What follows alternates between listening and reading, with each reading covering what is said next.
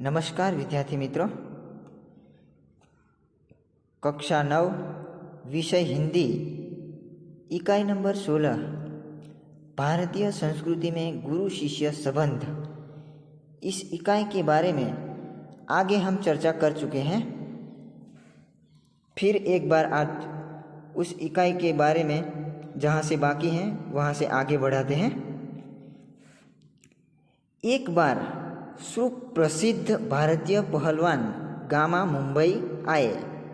उन्होंने विश्व के सारे पहलवानों को कुश्ती में चैलेंज दिया। यहाँ पर एक शब्द आया है सुप्रसिद्ध, यानी कि सर्वश्रेष्ठ पहलवान। पहलवान का मतलब होता है लड़ने वाला। कुश्ती अखाड़े में की जाती है। वहाँ अखाड़े में लड़ने वाला जो होता है उसे पहलवान कहा जाता है। तो उस पहलवान गामा मुंबई आए थे, तब उन्होंने विश्व के दुनिया के सारे लड़वैयों यानी कि कुश्ती करने वाले पहलवानों को चैलेंज दिया। चैलेंज यानी कि चुनौती दी यानी कि ललकारा। अखबारों में यह समाचार प्रकाशित होते ही एक पारसी पत्रकार ने उत्सुकतावश उनके निकट पहुंचकर उनसे पूछा, साहब, विश्व के किसी भी पहलवान से लड़ने के लिए आप तैयार हैं तो आप अपने अमुक शिष्य से ही लड़कर विजय प्राप्त करके दिखाओ। अखबार यानी कि छापू समाचार पत्र में ये समाचार प्रकाशित हुआ, यानी कि वो समाचार छपा। और पारसी पत्रकार यानी कि समाचार में जो देश के कोने कोने में जो कुछ भी घटनाएं घटित होती हैं, उस घटनाओं को वो पत्रकार इकट्ठा करके दिव्य भास्कर, गुजरात समाचार या संदेश न्यूज़ समाचार उसमें संपादक को देते हैं और संपादक छापते हैं। तो पत्रकार का काम समाचार इकट्ठा करना। तो उस पत्रकार ने उत्सुकतावश यानी कि उत्साह के साथ जो गामा पहलवान था उनके निकट यानी कि उनके नज़दीक पहुंचकर पहलवान को पूछा, साहब, विश्व के किसी भी पहलवान से आप लड़ने के लिए तैयार हैं तो आप अपने अमुक शिष्य यानी कि अपने ही शिष्यों के साथ कुश्ती करके लड़के उनको हरा के आप विजय प्राप्त कीजिए, विजय प्राप्त करके दिखाओ, ऐसा कहा। गामा आजकल के शिक्षा क्रम में रंगे नहीं थे। गामा आजकल जो शिक्षा क्रम जो पद्धति चल रही है शिक्षण कार्य की, अखाड़े में कुश्ती का शिक्षण दिया जाता है, कैसे अखाड़े में कुश्ती की जाती है वो सिखाया जाता है। तो उस शिक्षा क्रम में, आधुनिक शिक्षा क्रम में वो गामा नहीं रंगे थे। इसीलिए उन्हें इन शब्दों ने हैरान कर दिया, यानी कि ये शब्द बार बार गामा के दिमाग पर टकराने लगे। आंखें फाड़कर उस पत्रकार के चेहरा को ताकते ही रह गया, यानी कि देखते ही रह गए। बाद में धीरे से कहा, भाई साहब, मैं हिंदुस्तानी हूँ। गामा ने कहा कि भाई साहब, मैं हिंदुस्तानी हूँ।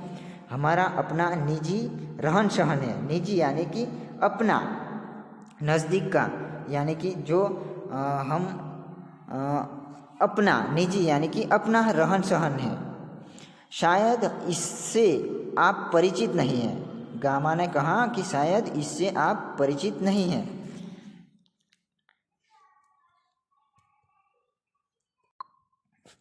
जिस लड़के का आपने नाम लिया वह मेरे पसीने की कमाई, मेरा खून है और मेरे बेटे से भी अधिक प्यार है। इसमें और मुझ में फ़र्क ही कुछ नहीं है। यानी कि गामा ने कहा कि जिस लड़के के साथ आप मुझे कुश्ती करने का कहा है वो लड़का मेरे पसीने की कमाई यानी कि मेरे कठिन परिश्रम, पसीने की कमाई यानी कि कठिन परिश्रम से उनको मैंने सिखाया है, यानी कि उनको मैंने शिक्षा दी है। वो जो मेरा बेटा है उससे भी मुझे अधिक प्यारा है, ऐसा गामा ने कहा। और जो वो शिष्य हैं उसमें और मुझ में कोई भी फर्क नहीं है। मैं लड़ा या वह लड़ा, दोनों बराबर ही होगा, यानी कि मैं लड़ूंगा या मेरा शिष्य लड़ेगा, दोनों में कोई फर्क नहीं है, वो बराबर ही हैं। हमारी इस परंपरा को आप समझने की चेष्टा कीजिए, यानी कि हमारी उस परंपरा, यानी कि गुरु के बाद अपना शिष्य वो दूसरा शिष्य बनाएगा और उसके बाद वो शिष्य दूसरा शिष्य बनाएगा, तो ये एक परंपरा है, उसे परंपरा कहा जाता है। चेष्टा कीजिए, यानी कि समझने की कोशिश कीजिए। हम लोगों को वंश परंपरा से शिष्य परंपरा अधिक प्रिय है, यानी कि हम लोगों में जो वंश परंपरा, यानी कि दादा का बेटा अपना पिता होता है और पिता का बेटा हम होते हैं, उसी प्रकार ये जो वंश परंपरा है। और शिष्य परंपरा में गुरु का एक शिष्य होता है, उस शिष्य का भी दूसरा, उसके बाद वो शिष्य अपना शिष्य बनाता है, ऐसे शिष्य परंपरा चलती है। ख्याति और प्रभाव में हम सदा यह चाहते हैं कि हम अपने शिष्यों से कम प्रभावी रहें, यानी कि अपना शिष्य हमसे भी अधिक ख्याति प्राप्त करें, ऐसा हम चाहते हैं।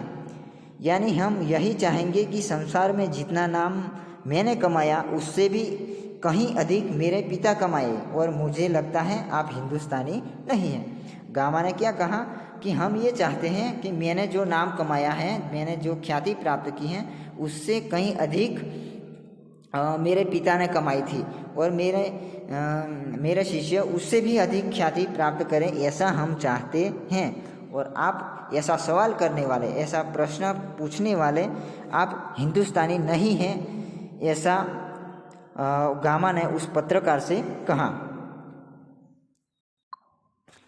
भारत में गुरु शिष्य संबंध का वह भव्य रूप आज साधुओं, पहलवानों और संगीतकारों में थोड़ा बहुत ही सही पाया जाता है।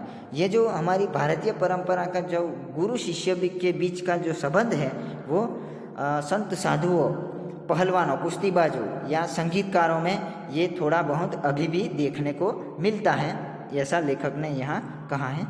भगवान रामकृष्ण परमहंस वर्षों योग्य शिष्य को पाने के लिए प्रयत्न करते ही रहे।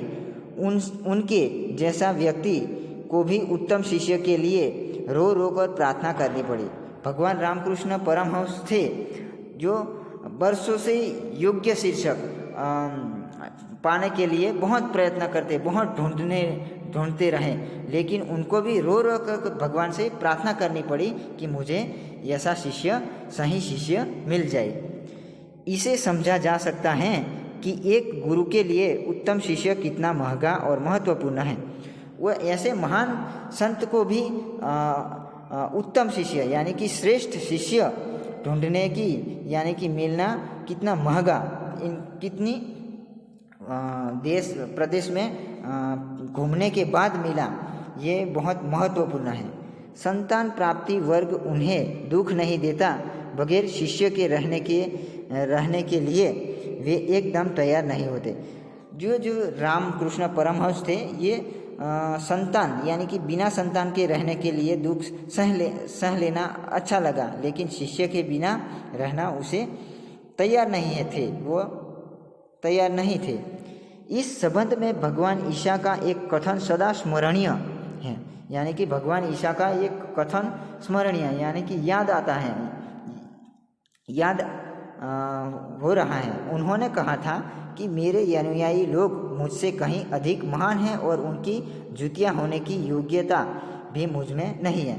ये जो भगवान ईसा ने कहा था कि मेरे अनुयायी, यानी कि मेरे शिष्य लोग मुझसे कहीं अधिक महान हैं, यानी मुझसे बहुत महान हैं, और उनकी जूतियाँ, यानी कि जो पैरों में चप्पल या जूते पहने जाते हैं, होने की भी योग्यता, यानी कि क्षमता मुझ में नहीं है, ऐसी बात उन्होंने कही थी। गांधी जी बनने की क्षमता जिनमें है, उन्हें गांधी जी अच्छे लगते हैं और वे ही उनके पीछे चलते हैं, यानी कि गांधी जी बनने की जिसमें क्षमता है वही अच्छे लगते हैं, गांधी जी से भी अच्छे लगते हैं और वे ही उनके पीछे, यानी कि गांधी जी रास्ते पर चलने का आह्वान किया था, यानी कि सूचित किया था, वही रास्ते पर चलते हैं। विवेकानंद सिर्फ उन्हें पसंद आएंगे जिनमें विवेकानंद बनने की अद्भुत शक्ति निहित है, यानी कि विवेकानंद सिर्फ उन लोगों को पसंद आएंगे कि विवेकानंद बनने की क्षमता रखते हैं, यानी कि विवेकानंद के सूचित किए हुए मार्ग पर जो चल सकते हैं, चलने की शक्ति जिसमें निहित है, यानी कि समाई है, ऐसे व्यक्ति ही पसंद करेंगे। कविता के मर्मग्न और रसिक स्वयं कवि से अधिक महान होते हैं। यहाँ पर मर्मग्न शब्द आया है, तो मर्मग्न यानी कि जानकार, कविता के भाव को जानकार, जानने वाला। रसिक यानी कि काव्य को समझने वाला, काव्य का आस्वादन करने वाला, उसे रसिक कहा जाता है। स्वयं कवि से भी महान होते हैं, यानी कि कविता का रसास्वादन करने वाला, जो कवि रचना करते हैं काव्य की, उससे भी महान होते हैं। संगीत के सुर को सुनने वाले ही स्वयं संगीतकार से अधिक संगीत का रसास्वादन करते हैं। जो संगीतकार हैं, जो संगीत सुनाते हैं, तो उससे महान संगीत सुनने वाला, रसास्वादन करने वाला होता है। क्योंकि संगीत सुनने वाला संगीत में क्या अच्छाई है, बुराई है, इसका रसास्वादन करके तय कर देते हैं। इसीलिए संगीत का रसास्वादन करने वाला अधिक महान होता है, ऐसा लेखक ने यहाँ कहा है। यहाँ पूज्य नहीं, पुजारी ही श्रेष्ठ हैं। यहाँ सम्मान पाने वाले नहीं, सम्मान देने वाले महान हैं। स्वयं पुष्प में कुछ नहीं है, पुष्प का सौंदर्य उसे आने वाले की दृष्टि में होता है। यानी कि यहाँ पर पूज्य यानी कि जिसे हम पूजते हैं वह, उसे पूज्य कहा जाता है। और पुजारी, पूज्य यानी कि जिसको पूजते हैं वो पूज्य कहा जाता है, और जो पूजा करने वाला है वो पुजारी। तो पूज्य के अधिक पुजारी श्रेष्ठ होता है, ऐसा कहा गया है। सम्मान पाने वाला यानी कि सम्मान पाने वाला, सम्मान देने वाले महान होते हैं। या जिसको हम सम्मान देते हैं वो सम्मान पाने वाले से अधिक महान होते हैं। हम जब किसी को सम्मान देते हैं तो हम उससे महान होते हैं, ऐसा लेखक ने कहा है। स्वयं पुष्प में कुछ नहीं है। पुष्प खिलता है बगीचे में, सुंदर दिखाई देता है, लेकिन पुष्प अपने आप में कुछ नहीं है। पुष्प को जो देखने वाला है, पुष्प का सौंदर्य देखने वाला है, उसकी दृष्टि में महानता है। दुनिया में कुछ नहीं है, जो कुछ भी है हमारी चाह या हमारी दृष्टि में है। हम दुनिया में सब कुछ देखते हैं तो दुनिया में कुछ नहीं है, लेकिन हमारी दृष्टि में सब कुछ है, ऐसा लेखक ने कहा है। यह अद्भुत भारतीय व्याख्या अजीब सी लग सकती हैं, पर हमारे पूर्वज सदा इसी पथ के यात्री रहे। ये जो अद्भुत भारतीय व्याख्या यानी कि भारतीय व्याख्या अजीब सी यानी कि सबसे निराली लगती है, निराली हो सकती है। हमारे पूर्वज सदा, पथ यानी कि सदा, हमेशा, पथ यानी कि रास्ता, यात्री यानी कि रास्ते पर चलने वाले।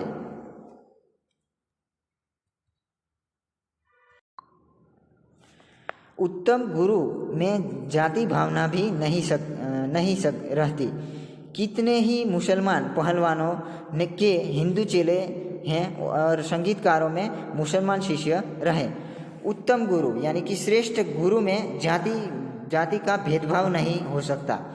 कितने ही मुसलमान पहलवान थे, उनके शिष्य हिंदू थे, और कितने ऐसे संगीतकार मुसलमान थे, उनके शिष्य हिंदू थे, और कितने ऐसे हिंदू गुरु थे, उनके शिष्य भी मुसलमान रह चुके हैं। यहाँ परख गुण की, साधना की और प्रतिभा की होती, भक्ति और श्रद्धा की ही कीमत है, न कि जाति, संप्रदाय, आचार विचार या धर्म की। यहाँ पर ये कहा गया है परख यानी कि अच्छे बुरे की खराई करने वाला, कसौटी करने वाला, गुण और साधना, प्रतिभा यानी कि बुद्धि की होती हैं, और भक्ति श्रद्धा की कीमत है, न कि जाति संप्रदाय या भेदभाव, हिंदू मुसलमान, ये भेदभाव नहीं रहा जाता। आचार विचार यानी कि आचार जो हम आरोपते हैं उसे आचार कहते हैं, और विचार हमारे मन में जो विचार पैदा होते हैं उसे आचार विचार कहा जाता है, या धर्म की मत है, यानी कि धर्म का मूल्य है। मुझे क्या लिखाया था एक विद्वान मुसलमान ने ही ये हैं। उन्होंने कभी नहीं सोचा कि यह हिंदू है और मुसलमान बनना चाहिए।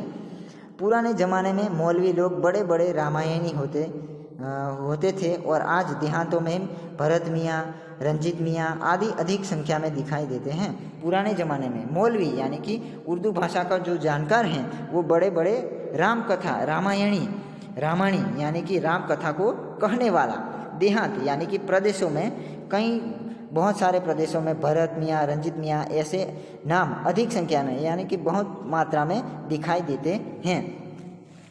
आज के गुरु भी सिर्फ सेवा लेने में ही अधिक चतुर हैं, देने में नहीं। उपनिषदों में आचार्यों ने कहा सेवा देने की चीज़ है, लेने की चीज़ नहीं है। आज के गुरु सिर्फ सेवा लेने में ही चतुर हैं, यानी कि गुरु सिर्फ सेवा यानी कि कोई हमारी सेवा करे ऐसा ही पसंद करते हैं। लोगों को सेवा देना यानी कि लोगों को ज्ञान देना, लोगों का दुख दर्द दूर करना, ये गुरु को पसंद नहीं है, ऐसा यहाँ लेखक ने कहा है। उपनिषदों में आचार्यों ने कहा सेवा देने की चीज़ है, लेने की चीज़ नहीं। उपनिषदों में कहा गया है कि सेवा किसी की सेवा करने की चीज़ है और हमारी सेवा कोई करे ये चीज़ नहीं है। सेवा देने की चीज़ है, लेने की चीज़ नहीं। सेवा लेने के अधिकारी बच्चे, रोगी, असहाय, वृद्ध बच्चों को परमेश्वर का ही मूर्त रूप समझा है। यानी कि सेवा के अधिकारी कौन हो सकते हैं? तो बच्चा चल नहीं पाता, बच्चा खा नहीं पाता, बच्चा बोल नहीं सकता, तो उन बच्चों की सेवा करना हमारा अधिकार है, हमारा कर्तव्य है, हमारा कर्म है। रोगी लोग चल नहीं सकते या पानी नहीं पी सकते, खा नहीं सकते, तो उनकी सेवा करना हमारा कर्तव्य है। और असहाय लोग यानी कि असहाय लोग कुछ भी कर नहीं सकते, हलन चलन नहीं कर सकते, ऐसे असहाय लोग को हम उनकी सेवा करें तो वो लोग हैं सेवा। वृद्ध लोग, बच्चे लोग, ये परमेश्वर का स्वरूप माना जाता है, तो इन लोगों की सेवा करना हमारा कर्तव्य है। तो ये सेवा लेने के ये लोग अधिकारी हैं। हम चल सकते हैं, हम बोल सकते हैं, हम खा सकते हैं, हम अपना काम अपने आप कर सकते हैं, तो हम सेवा लेने के अधिकारी नहीं हैं, हम सेवा देने के अधिकारी हैं। ये लेखक ने ये कहा गया, समझाया है। सेवा रूपी पूजा से उनकी शक्ति को प्रज्वलित करने की क्षमता और सहृदयता रखने वाले ज्ञानी और तपस्वी पुरोहित आजकल के गुरु नहीं रह गए। यानी कि सेवा करने के रूपी जो पूजा है उनकी शक्ति को प्रज्वलित करना यानी कि प्रकाशित करने की जो क्षमता रखते हैं। सहृदयता यानी कि हृदय के साथ रखने वाले ज्ञानी और तपस्वी आजकल ऐसे यहाँ बहुत कम मात्रा में मिलते हैं। और जो धर्म के साथ धतिंग करने वाले जो लोग हैं, ढोंग करने वाले संत तपस्वी बहुत सारे मिल जाते हैं। आजकल साधु संत बहुत सारे ऐसे मिल जाते हैं, धर्म के नाम जो पैसा कमाते हैं, यानी कि धर्म के नाम पर जो सेवा लोगों के साथ करवाते हैं, ऐसे लोग बहुत सारे मिल जाते हैं। लेकिन जो दूसरों की सेवा करने वाले, दूसरों का दुख दर्द दूर करने वाले लोग बहुत कम मात्रा में, हृदय के साथ सेवा करने वाले कम मात्रा में मिलते हैं, ऐसा लेखक ने यहाँ कहा है। किसी भी देव मंदिर की मूर्ति की शक्ति उतनी ही मात्रा तक ही संभव है जितनी मात्रा तक उसके पुजारी की भाव पूजा में नैवेद्य भावना भरी रहती है। यानी कि यहाँ पर यह कहा गया है कि किसी भी देव मंदिर में जो हम प्रतिमा स्थापित करते हैं, मूर्ति यानी कि प्रतिमा, भगवान की प्रतीक रूप हम जो पत्थर की मूर्ति यानी कि प्रतिमा उसमें स्थापित करते हैं, उसमें उतनी शक्ति जो होती हैं उतनी शक्ति मात्रा तक ही संभव है जितनी मात्रा तक उसके पुजारी की भाव पूजा, यानी कि पुजारी के अंतर जो भाव होता है, वो जो लोग उस मंदिर में, प्रतिमा में जो नैवेद्य यानी कि जो फल फूल प्रसाद इत्यादि लोग अर्पण करते हैं, तो उस प्रसादी में पुजारी का मन लगता है, उतना उस भगवान की भाव पूजा में नहीं लगता। ऐसा लेखक ने यहाँ पर व्यंग किया है। ऐसे पुजारी भी बहुत मात्रा में मिल जाते हैं, लेकिन सच्चे दिल से भगवान के अपने अंतर में भगवान के ही भाव पैदा करने वाले, भगवान में ही लिंग रहने वाले बहुत सारे लोग, पुजारी कम मात्रा में ऐसे मिल सकते हैं। ऐसा लेखक ने यहाँ पर कहा है। तो यहाँ पर आजकल जो शिक्षण प्रथा जो चल रही है, शिक्षण देने का जो तरीका चल रहा है, और पुराने ज़माने में जो शिक्षण देने का तरीका जो चल रहा था, उसमें काफ़ी भेद हैं। तो लेखक ने यहाँ पर इस इकाई में भारतीय संस्कृति में गुरु शिष्य संबंध के बारे में, यहाँ पर दोनों के बीच जो समय के साथ जो बदलाव आया है, उस पर लेखक ने प्रकाश डाला है। तो विद्यार्थी मित्रों, आज हम भारतीय संस्कृति में गुरु शिष्य संबंध के बारे में इस इकाई को यहाँ समाप्त करते हैं। अस्तु।